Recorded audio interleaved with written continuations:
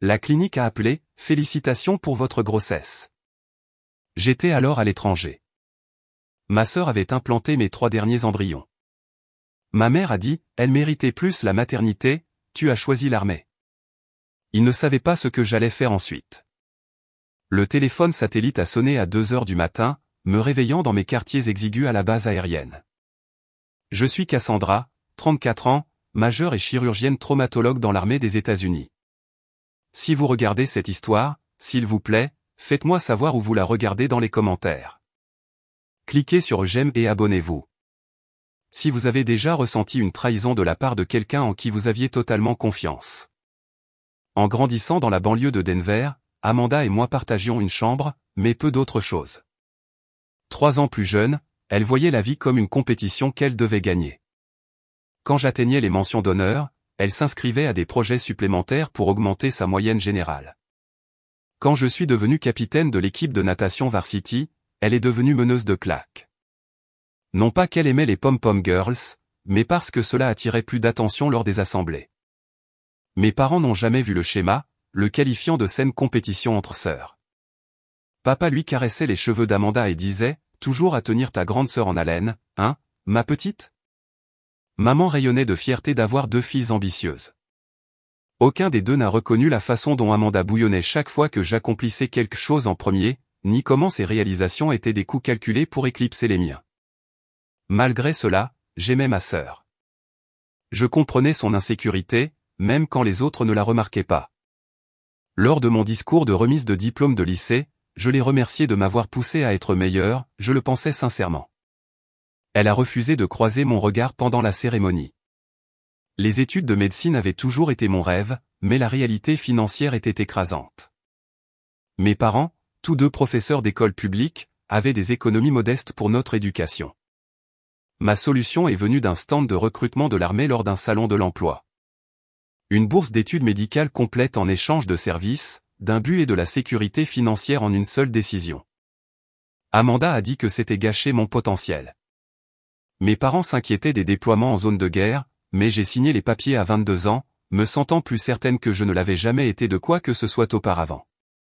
Au Walter Reed Medical Center, j'ai rencontré David pendant ma résidence.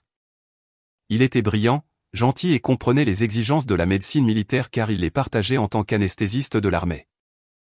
Notre cours s'est déroulé entre les chirurgies et les exercices d'entraînement. Il m'a demandé en mariage dans la cafétéria de l'hôpital avec une bague cachée dans un muffin aux myrtilles, car c'était le seul moment où nos emplois du temps coïncidaient cette semaine-là. Nous nous sommes mariés rapidement, conscients que les déploiements pouvaient nous séparer à tout moment. David a d'abord été déployé en Irak. Pendant nos appels vidéo, nous parlions de notre future famille. 3 enfants, disait-il, levant les doigts vers la caméra. Suffisamment pour une équipe de basket-ball avec des remplaçants. Quand j'ai eu 30 ans, nous avons commencé à essayer d'avoir un bébé, mais des mois se sont écoulés sans succès. Après 1 an, nous avons cherché un traitement de fertilité. Des tests ont révélé une réserve ovarienne diminuée. Mon horloge biologique tournait plus vite que mon âge chronologique. Le spécialiste a recommandé une FIV immédiate. Le processus était éprouvant, surtout en jonglant avec les devoirs militaires, les injections d'hormones entre les gardes, les échographies à l'aube, la montagne russe émotionnelle de l'espoir et de la déception. L'inconfort physique n'était rien comparé au poids psychologique. Notre premier cycle a produit 5 embryons viables. Nous avons décidé de tous les congeler plutôt que de les implanter immédiatement, car nous étions tous 2 confrontés à un possible déploiement. Ils nous attendront, a dit David en me serrant la main alors que nous regardions l'image microscopique de nos futurs enfants quand le moment serait venu. Le moment n'est jamais venu pour David. 3 mois plus tard, son hélicoptère d'évacuation médicale a été abattu au-dessus de Mossoul. Aucun survivant.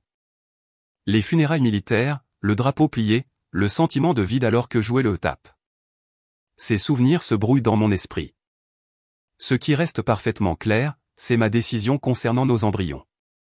Ils étaient tout ce qu'il me restait de David et de notre rêve. Dans mon chagrin, j'ai choisi de les garder congelés. Un jour, je porterai ces enfants. Ils connaîtraient leur père par mes histoires, par ses parents, par l'héritage de son service. Je pouvais encore lui donner la famille que nous avions planifiée. Mon 3e déploiement a eu lieu l'année dernière, en Afghanistan, à la base aérienne de Bagram, où j'ai servi comme chirurgienne traumatologue pour le personnel militaire et les civils locaux. Avant de partir, j'ai organisé méticuleusement mes affaires. Les factures en prélèvement automatique, mon condo sous-loué à un confrère médecin, la procuration pour les décisions médicales données à Amanda. Elle s'était installée récemment, épousant Brian, un promoteur immobilier. Son hostilité passée semblait s'être atténuée pour laisser place à une acceptation adulte de nos chemins différents. À quel point je me suis trompé de manière catastrophique de lui faire confiance.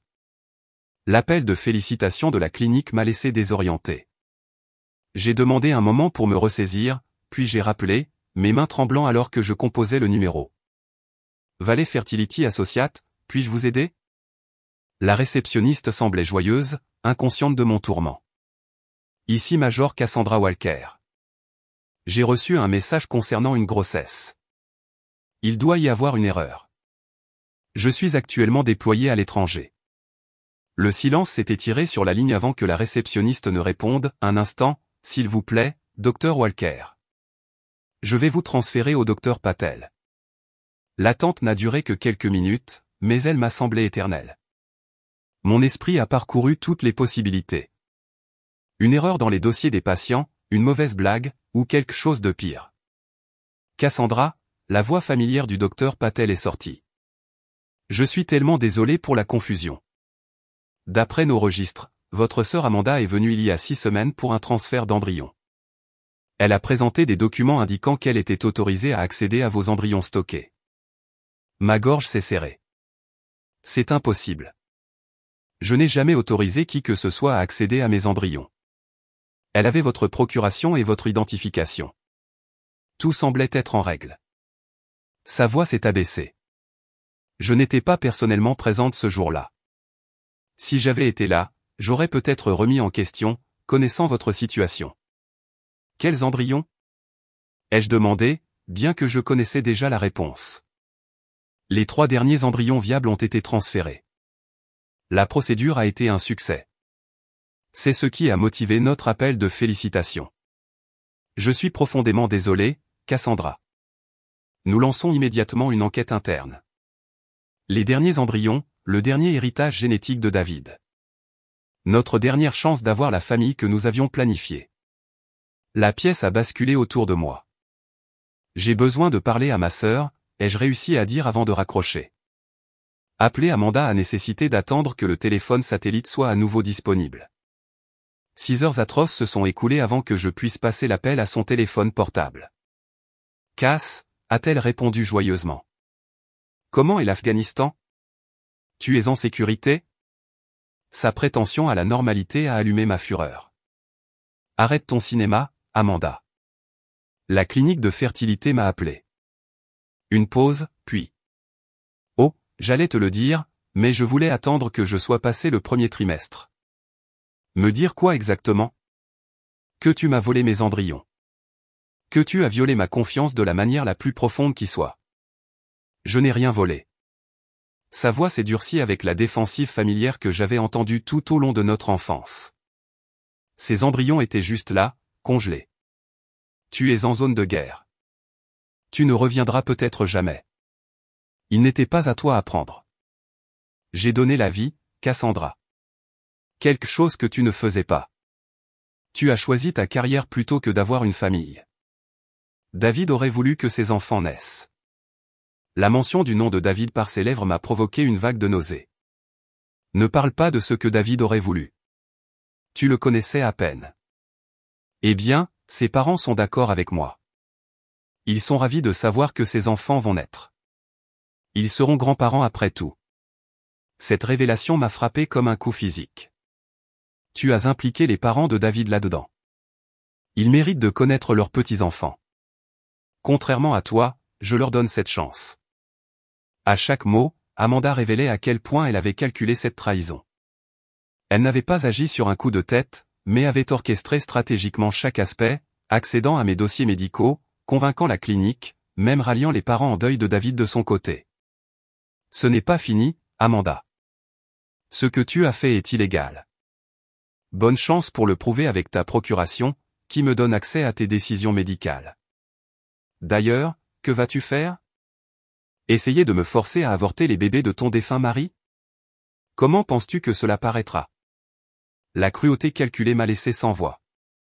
Elle m'avait acculé à une position impossible.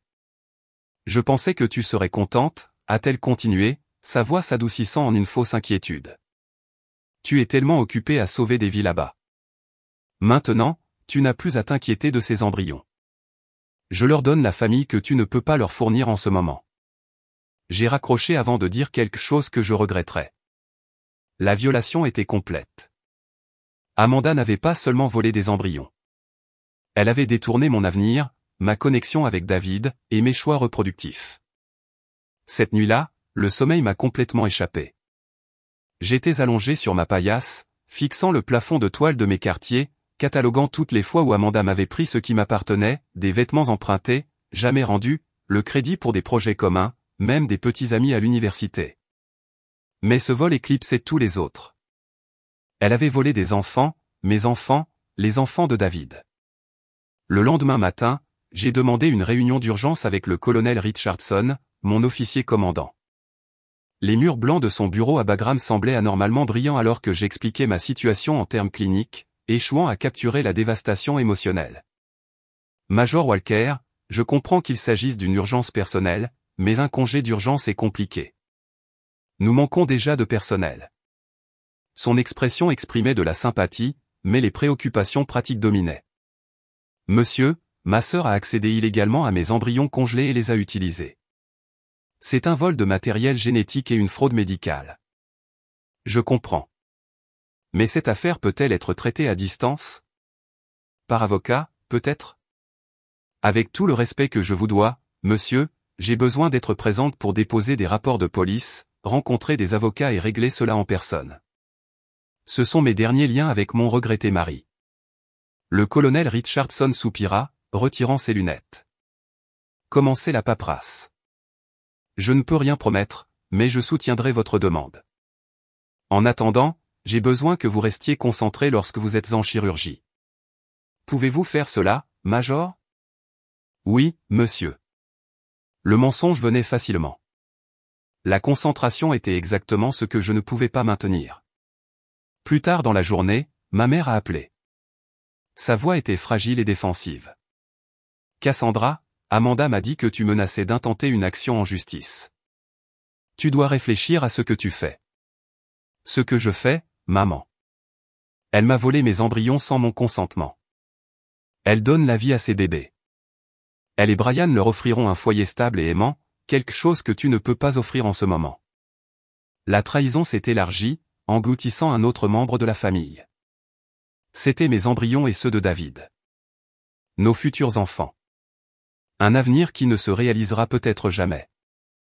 Tu as choisi l'armée plutôt que d'avoir une famille. Amanda mérite cette chance à la maternité. Elle a lutté pendant que tu as réussi tout. Ces mots ont tout éclairci.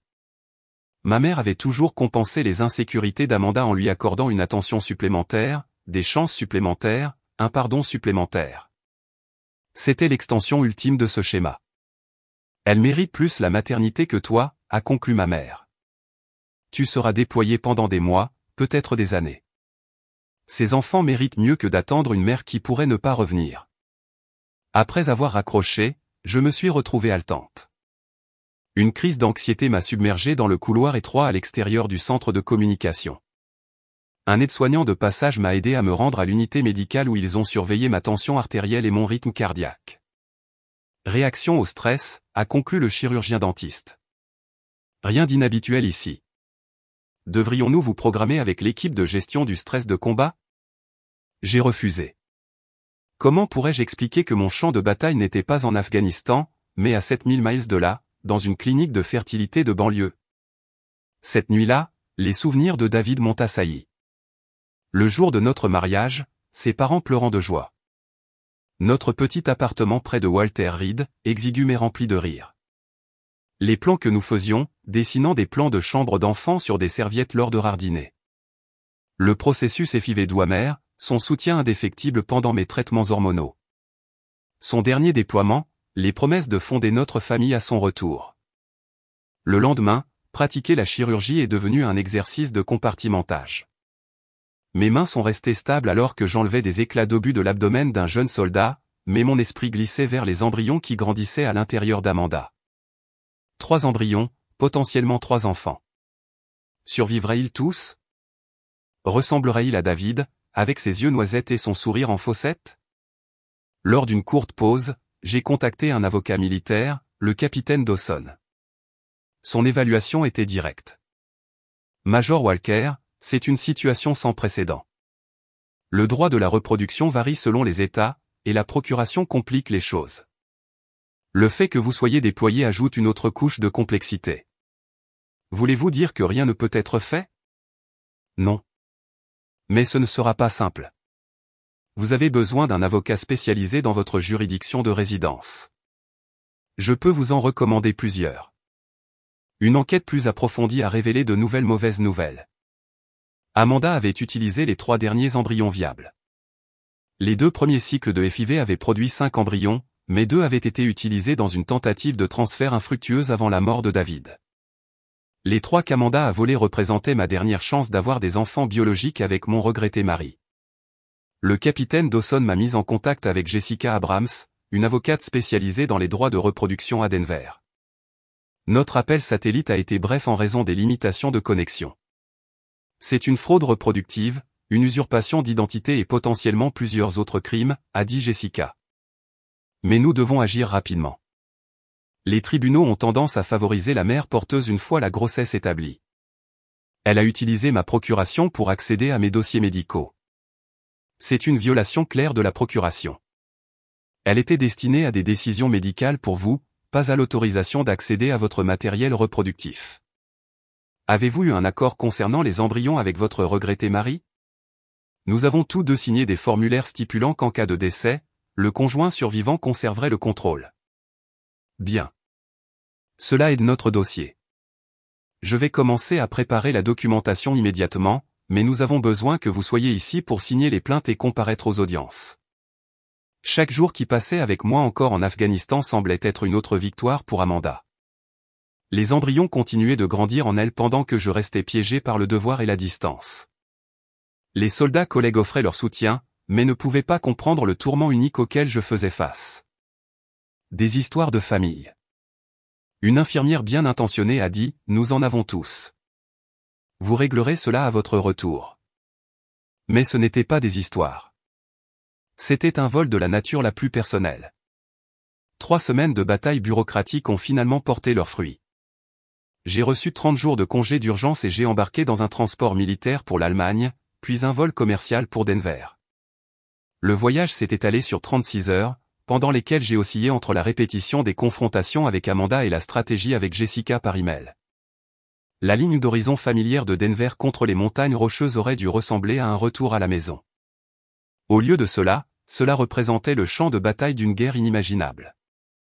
Jessica m'a rencontré à l'aéroport, une grande femme aux cheveux argentés prématurés et aux yeux qui ne manquaient rien. Nous avons déposé les documents initiaux, a-t-elle dit en conduisant vers son bureau. Des injonctions de cesser et s'abstenir, bien que largement symboliques à ce stade. Le vrai combat commence demain. J'ai passé la nuit dans un hôtel plutôt qu'à la maison de mes parents, une décision qui en disait long sur la fracture familiale. Le matin, je me suis habillé dans mon uniforme militaire. Est-ce approprié pour une réunion de famille? Avait demandé Jessica. Ils doivent se souvenir de qui je suis et de ce que j'ai sacrifié, ai-je répondu. La maison d'Amanda se trouvait dans un nouveau développement, 4 chambres, une pelouse soignée, la maison de rêve de banlieue. Brian a ouvert la porte, son malaise évident dans son regard détourné. Cassandra, a-t-il commencé, mais les mots lui ont manqué. Amanda est apparue derrière lui, enceinte de 11 semaines. Sa main reposait protectrice sur son abdomen légèrement arrondi. La vue d'elle portant mes embryons, mes enfants et ceux de David, m'a provoqué une vague de nausées. Tu es effectivement revenu de déploiement.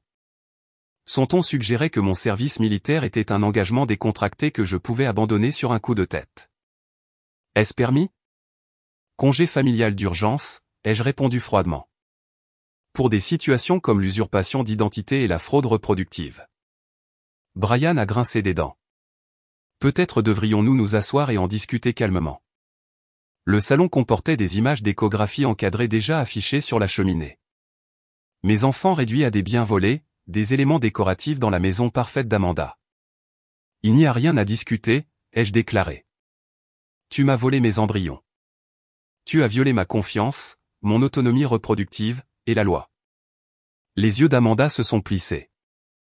J'ai donné une chance à la vie à ces bébés pendant que tu jouais à l'héroïne dans un désert. C'est un mensonge. Ils seraient restés préservés jusqu'à ce que je choisisse de les utiliser. Quand? Après un autre déploiement, après que tu aies eu 40 ans. Ces bébés méritent une mère présente et dévouée, pas quelqu'un qui privilégie sa carrière à la famille. Brian a ajouté, Amanda, ce n'est pas juste. Cassandra sert notre pays.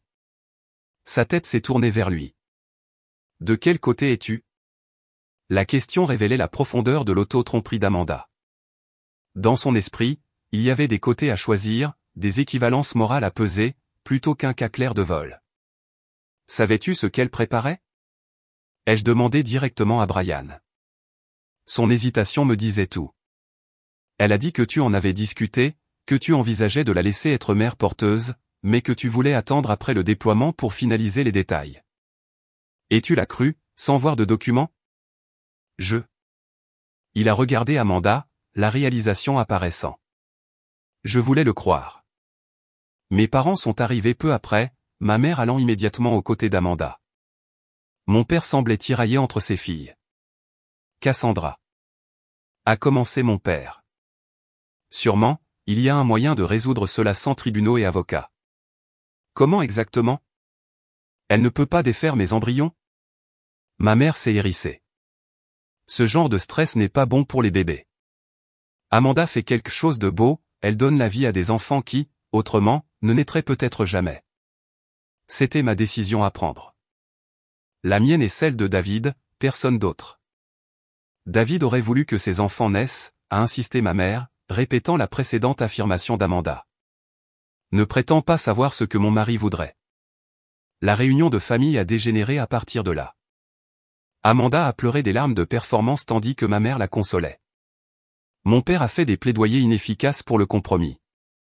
Brian est resté dans un silence inconfortable, me jetant occasionnellement des regards avec ce qui semblait être de la culpabilité. Jessica, qui était restée professionnellement silencieuse tout au long, a finalement parlé. Madame Walker a déposé des accusations criminelles pour usurpation d'identité et une action civile concernant le vol d'embryons.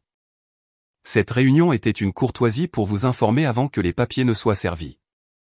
Je vous suggère de retenir un avocat immédiatement. En partant, j'ai remarqué des voisins qui regardaient par les fenêtres et les porches.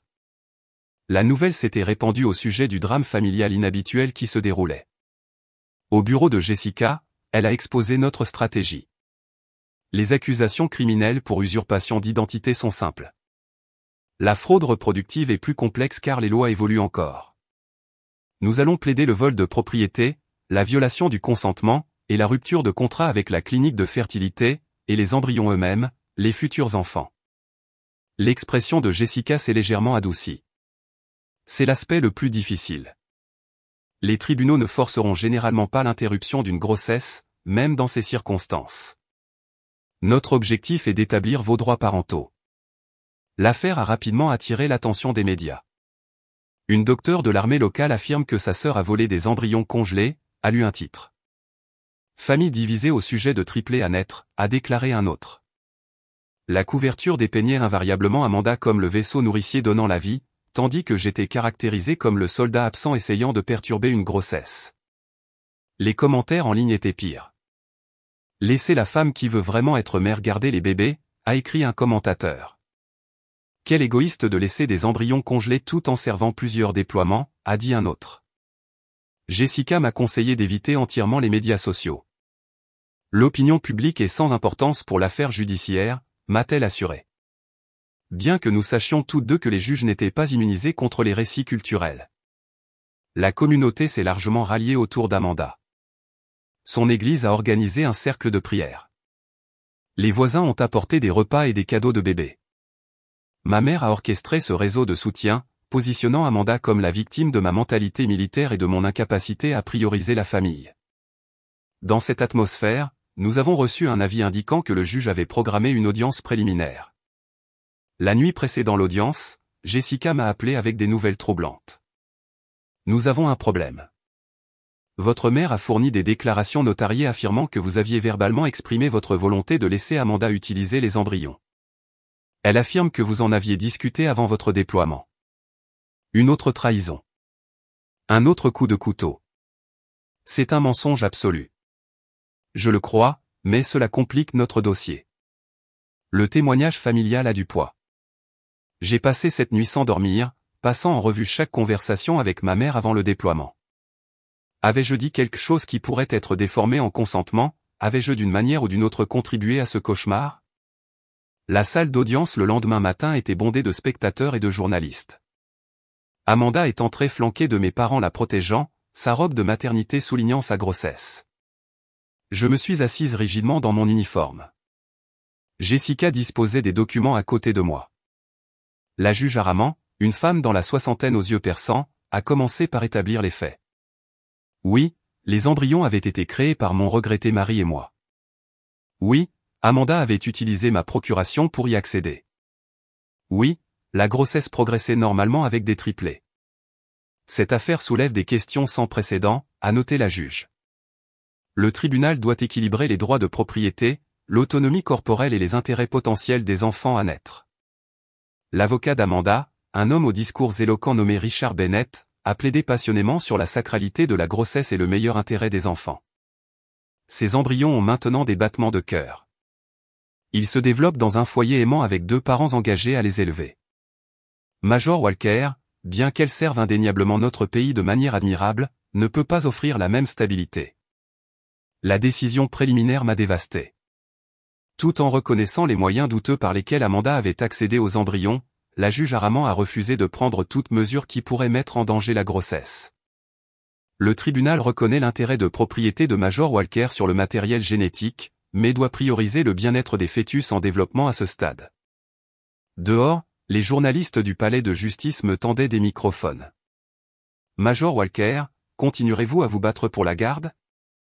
Regrettez-vous d'avoir donné procuration à votre sœur? Comment allez-vous élever ces enfants tout en étant déployés? Jessica m'a précipité dans sa voiture, me protégeant du barrage. Ce n'est que le premier round, m'a-t-elle assuré. Les audiences préliminaires favorisent le statu quo. Nous avons des arguments beaucoup plus solides pour l'audience complète. Ce soir-là, seul dans ma chambre d'hôtel, j'ai envisagé de démissionner de ma commission. Ma carrière militaire semblait soudainement creuse comparée à la perte de mes rêves familiaux.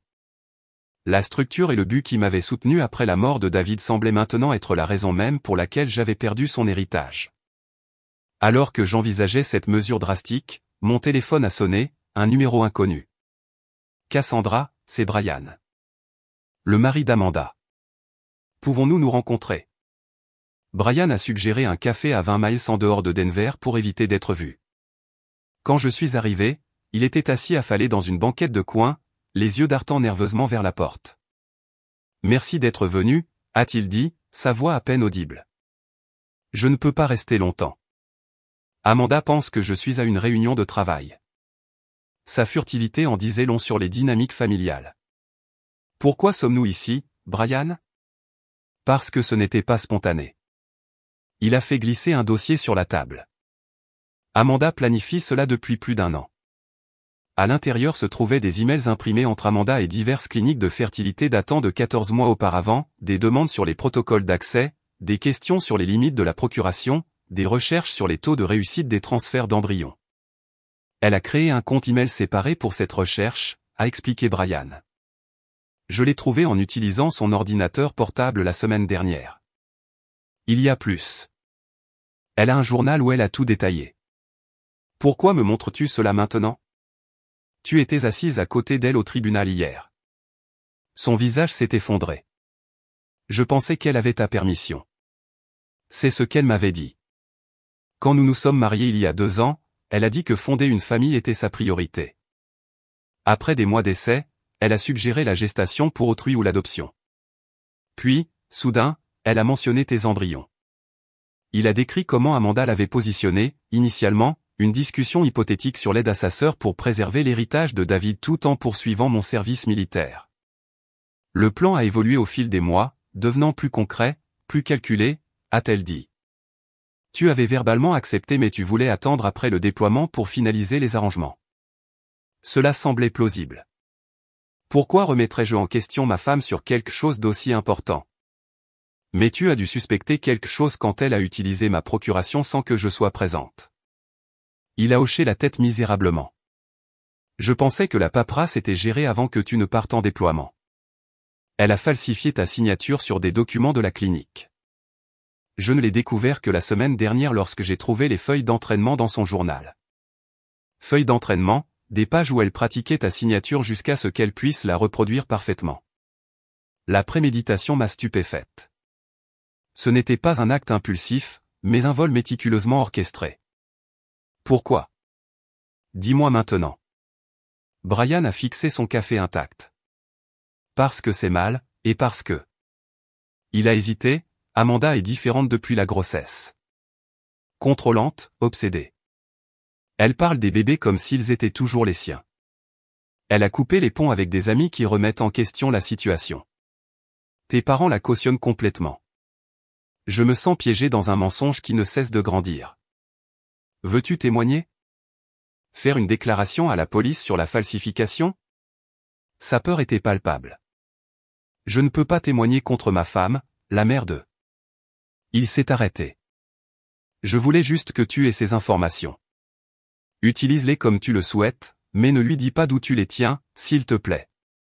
Alors que Brian partait, les épaules voûtées sous le poids de sa complicité, j'ai réalisé que j'avais affaire à quelque chose de bien plus grave qu'une rivalité fraternelle. L'obsession d'Amanda s'était transformée en quelque chose de pathologique, soutenue par la complaisance de mes parents et l'acceptation passive de Brian. Jessica était prudemment optimiste quand je lui ai montré les preuves. Cela prouve la préméditation et l'intention frauduleuse. Cela renforce considérablement les affaires criminelles et civiles. L'enquête criminelle s'est accélérée. Les détectives ont interrogé le personnel de la clinique et recueilli des échantillons de signatures. L'analyse forensique a confirmé la falsification sur plusieurs documents. La clinique de fertilité, face à une responsabilité potentielle, a fourni des dossiers complets montrant comment Amanda avait manipulé leur protocole. Jessica a déposé des requêtes pour une audience d'urgence basée sur les nouvelles preuves. Pendant ce temps, j'ai contacté les parents de David, Arthur et Eleanor Hamilton, qui avaient été informés par Amanda que j'avais volontairement donné les embryons. Notre rencontre à leur modeste maison à Colorado Springs a été initialement tendue.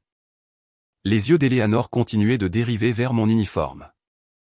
Amanda nous a dit que tu avais décidé que ta carrière militaire rendait la maternité impossible, a dit Arthur. Que tu lui avais généreusement permis de porter les enfants de David pour que son héritage continue. Ce n'a jamais été vrai, ai-je répondu doucement. Ces embryons étaient tout ce qu'il me restait de David et de notre rêve. Je n'ai jamais consenti à ce que qui que ce soit les utilise. J'ai montré les preuves de la tromperie d'Amanda. Eleanor a commencé à pleurer. Nous voulions juste voir notre fils vivre à travers ses enfants. Amanda semblait si sincère. Je comprends ce désir. Je le partage.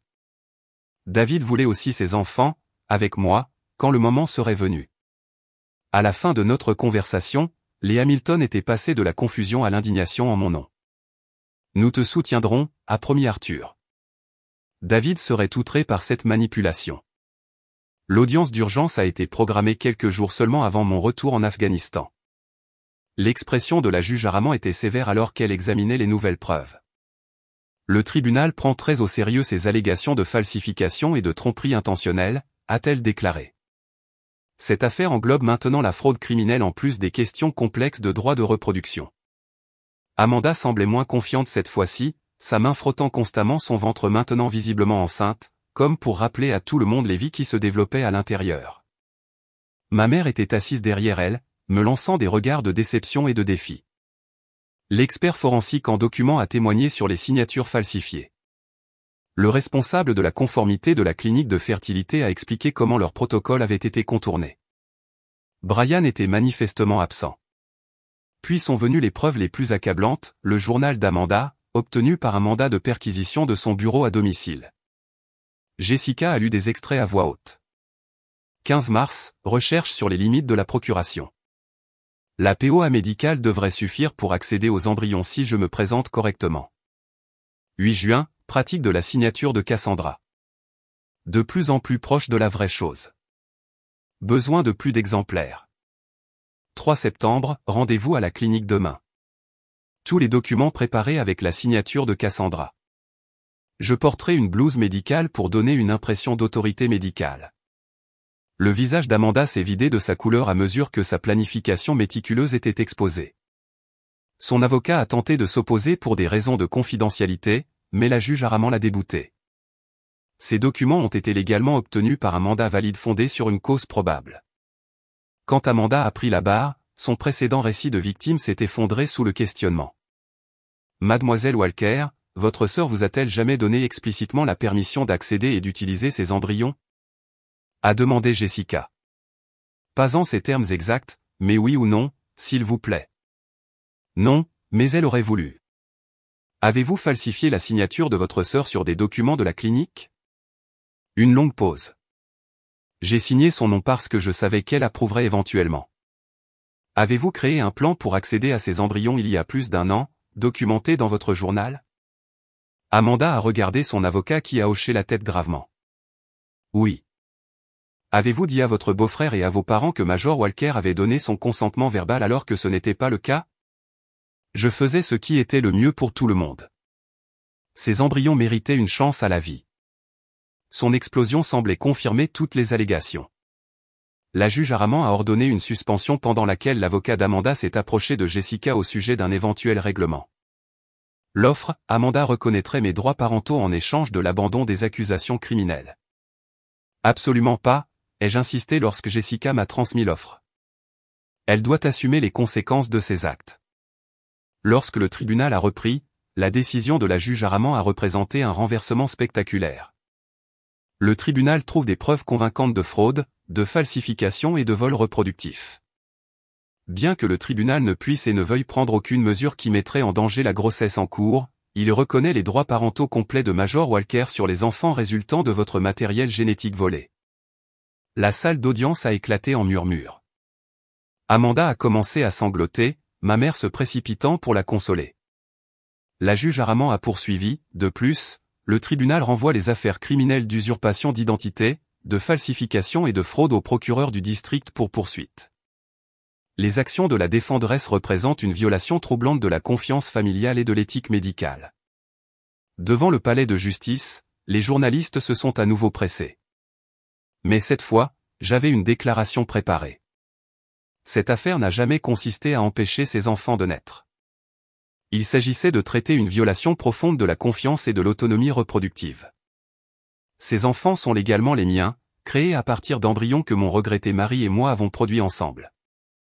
J'ai hâte de les accueillir au monde et d'honorer la mémoire de leur père. Alors que les appareils photo clignotaient, j'ai aperçu Amanda se faisant bousculer vers une voiture par mes parents. Son visage tordu par la rage et le désespoir. La victoire semblait creuse sur fond d'une famille brisée. La décision du tribunal a marqué un tournant, mais la bataille était loin d'être terminée. Avec seulement quelques jours restants sur mon congé d'urgence, j'ai été confronté à des problèmes logistiques impossibles. Comment pourrais-je faire valoir mes droits parentaux tout en retournant dans une zone de guerre ? Comment la garde fonctionnerait-elle avec des triplés et une sœur inculpée de plusieurs crimes graves ? Jessica m'a aidé à demander un congé prolongé à l'armée en raison des circonstances extraordinaires. Vous avez des motifs exceptionnels, m'a-t-elle assuré. L'armée a des protocoles pour les urgences familiales, et cela en fait certainement partie. En attendant cette décision, l'affaire criminelle contre Amanda a progressé. Le procureur du district, impressionné par les preuves, l'a inculpé d'usurpation d'identité, de falsification et de fraude.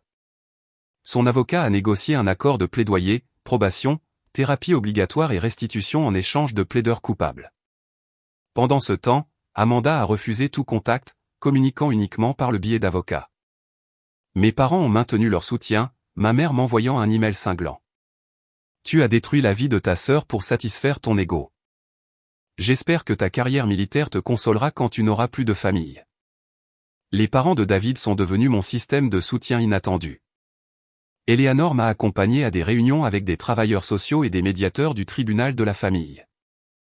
Arthur a recherché des politiques pour les familles militaires et m'a mis en contact avec des groupes de défense pour les militaires confrontés à des urgences familiales. David serait fier de la façon dont tu gères cela, m'a dit Eleanor lors d'une journée particulièrement difficile. Il a toujours admiré ta force. L'armée a finalement approuvé un transfert vers des fonctions administratives à Fort Carson, Colorado Springs, me permettant de rester aux États-Unis pendant la grossesse et la naissance. La décision a eu des implications pour ma progression de carrière. Mais certaines priorités avaient irrévocablement changé. À mesure que la grossesse d'Amanda progressait, les questions pratiques se multipliaient. Serais-je présente à la naissance? Respecterait-elle les soins prénataux appropriés? Comment les enfants seraient-ils transférés à ma garde? Un médiateur nommé par le tribunal a établi des protocoles, bien que la conformité d'Amanda soit restée discutable. Avec les conseils de Jessica, j'ai préparé un plan parental complet tenant compte de chaque détail, des procédures hospitalières aux soins à long terme des enfants. Le tribunal a ordonné à Amanda d'assister à des rendez-vous médicaux conjoints en présence d'un observateur neutre. Notre premier rendez-vous de ce type à 24 semaines a révélé que les triplés étaient tous des garçons. Les voir sur l'écran d'échographie, leurs petites mains et pieds, leur cœur battant fort, a tout transformé. Ce n'étaient plus de simples embryons ou des abstractions juridiques. C'étaient mes fils, les fils de David. Amanda a refusé de croiser mon regard pendant tout le rendez-vous, répondant aux questions de l'obstétricien par monosyllabe. Son langage corporel criait le ressentiment alors que le médecin expliquait les risques accrus d'une grossesse multiple. Vous devrez envisager une césarienne programmée, a conseillé le médecin. Et le repos au lit pourrait devenir nécessaire au 3e trimestre. La conformité d'Amanda aux recommandations médicales est devenue un autre champ de bataille. Elle a manqué des rendez-vous, a prétendu prendre des vitamines qu'elle a avoué avoir sautées plus tard, et a résisté au repos au lit prescrit. Le juge du tribunal de la famille est intervenu, avertissant que ces actions pourraient être considérées comme mettant en danger le bien-être des enfants. Ces recommandations médicales ne sont pas facultatives, Madame Jackson.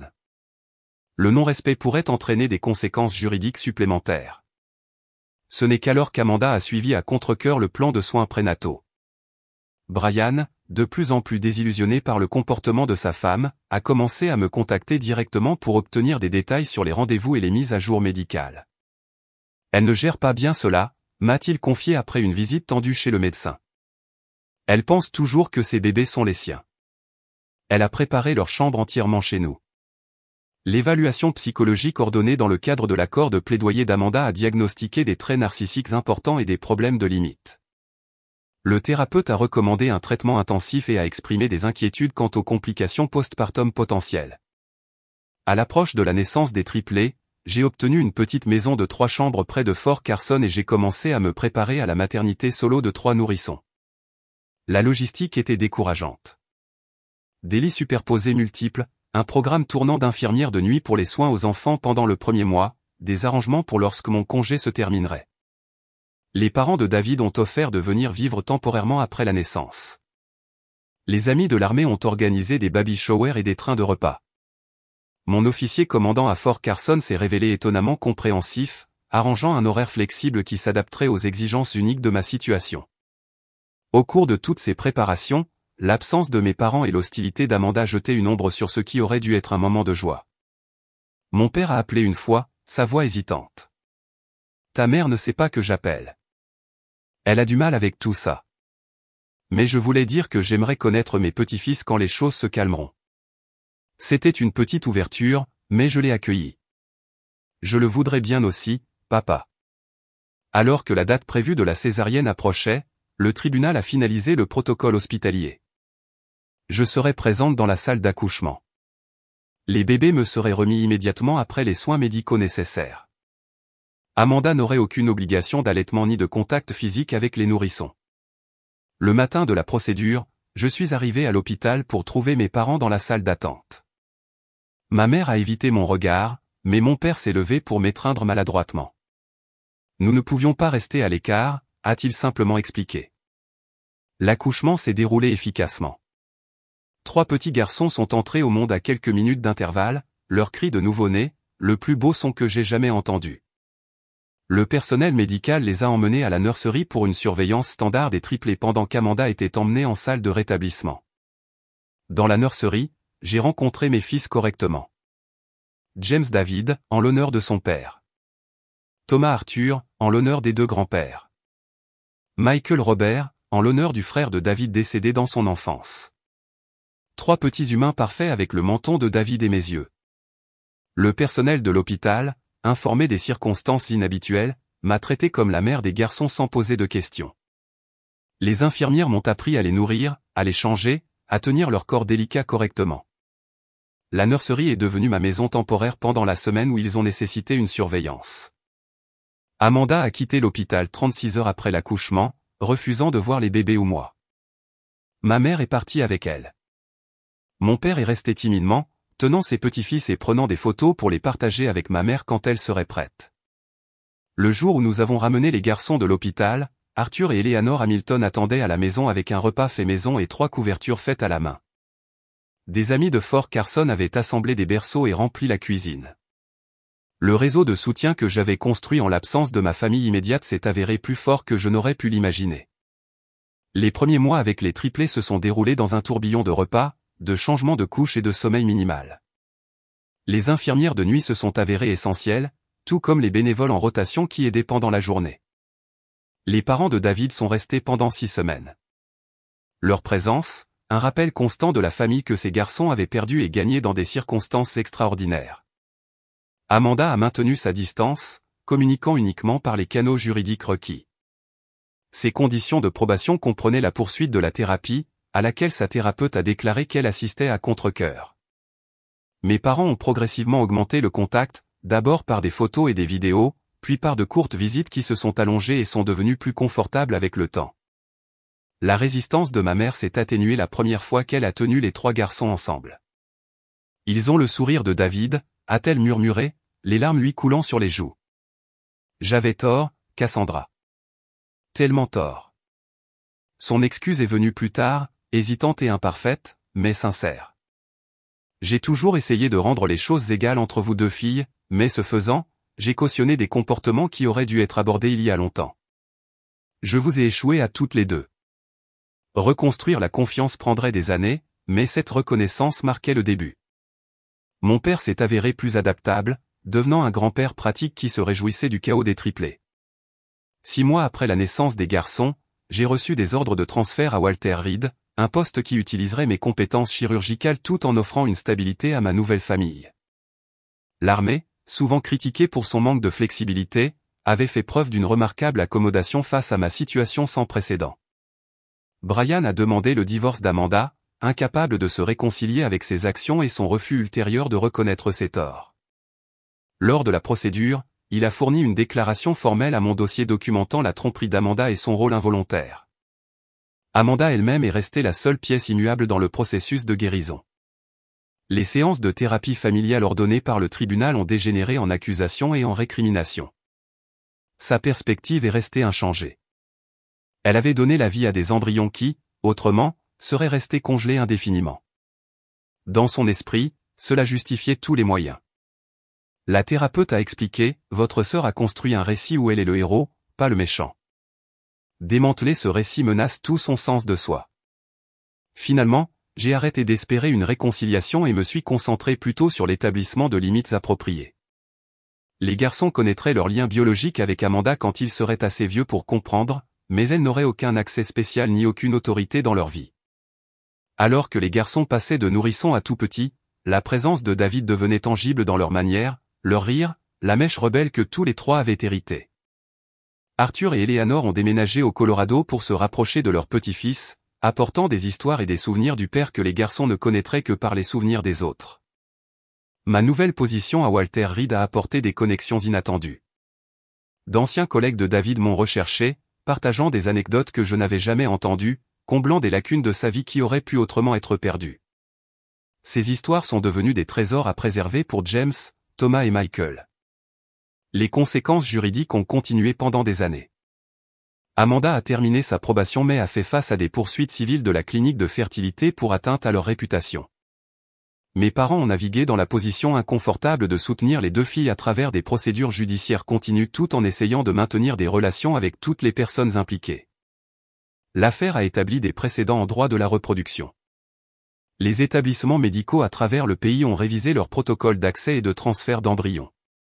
Les formulaires de procuration adressent désormais explicitement le matériel reproductif. Des législateurs dans plusieurs États ont présenté des projets de loi criminalisant spécifiquement la fraude reproductive. Le jour du 3e anniversaire des garçons, entouré d'amis et de familles élargies dans notre maison près de Fort Carson, je me suis retrouvé à regarder la célébration avec un sentiment d'émerveillement. Ces enfants, nés d'une intervention scientifique, de batailles juridiques et d'une profonde trahison, ne montraient aucun signe de leur début tumultueux. C'étaient simplement 3 garçons turbulents soufflant sur des bougies, s'en mettant du gâteau sur le visage, déchirant du papier d'emballage avec une joie débridée. Les parents de David ont présenté un livre d'histoire personnalisé qu'ils avaient créé, racontant une version simplifiée de la façon dont les garçons étaient arrivés. « Ton papa et ta maman te voulaient tellement, disait-il. Ils t'ont créé avec amour et science. Un jour, ils apprendraient l'histoire complète, la violation, les batailles judiciaires, les fractures familiales, mais la fondation serait toujours la même. Ils étaient voulus. Ils étaient aimés. Ils étaient un rêve réalisé malgré des obstacles impossibles. Ma carrière militaire a pris un chemin différent de celui que j'avais imaginé autrefois. Je suis devenu une défenseur des membres du service confrontés à des crises familiales, développant des protocoles et des systèmes de soutien qui n'existaient pas lorsque ma propre crise a éclaté. Le sens du but qui venait autrefois de la chirurgie sur le champ de bataille coulait maintenant de la création de filets de sécurité pour d'autres qui marchaient sur des cordes raides impossibles entre le service et la famille. Amanda a finalement déménagé de l'autre côté du pays, s'est remariée et n'a pas eu d'autres enfants. Mes parents ont maintenu des relations avec elle et avec moi séparément, un équilibre délicat qui s'est amélioré avec le temps et la distance. Les triplés recevaient occasionnellement des cartes et des cadeaux de sa part, que j'acceptais avec une reconnaissance neutre de leur provenance. Le parcours depuis cet appel téléphonique du milieu de la nuit en Afghanistan jusqu'à notre nouvelle normalité a couvert des années de défis juridiques, émotionnels et pratiques. Les triplés ne sauraient jamais à quel point ils ont failli rester congelés indéfiniment, ni comment leur existence même a testé les limites de la loi, de l'éthique et des liens familiaux. Ce qu'ils sauraient, ce que je m'assurerais qu'ils comprennent dès leur plus jeune âge, c'est que la famille existe sous de nombreuses formes. Que l'amour persiste au-delà de la mort. Que l'héritage de leur père vivait dans leur ADN et dans les histoires que nous avons préservées. Que parfois les plus grandes batailles ne se livrent pas sur des terres étrangères mais dans les salles d'audience, les salons et les espaces silencieux du cœur. Si vous avez vécu une trahison familiale ou vous êtes battu pour quelque chose qui vous appartenait légitimement, partagez votre histoire dans les commentaires ci-dessous. Comment avez-vous trouvé la force de vous défendre lorsque les autres pensaient que vous devriez simplement laisser tomber? Avez-vous finalement trouvé la guérison ou êtes-vous toujours sur ce chemin? S'il vous plaît, aimez cette vidéo si mon histoire vous a touché. Abonnez-vous pour entendre plus d'histoires de vie réelle de résilience et partagez avec quelqu'un qui pourrait avoir besoin de savoir qu'il n'est pas seul dans sa lutte. Merci d'avoir écouté mon voyage de la trahison à la bénédiction. Rappelez-vous que parfois nos plus grands défis nous mènent à des cadeaux inattendus que nous n'aurions jamais pu imaginer.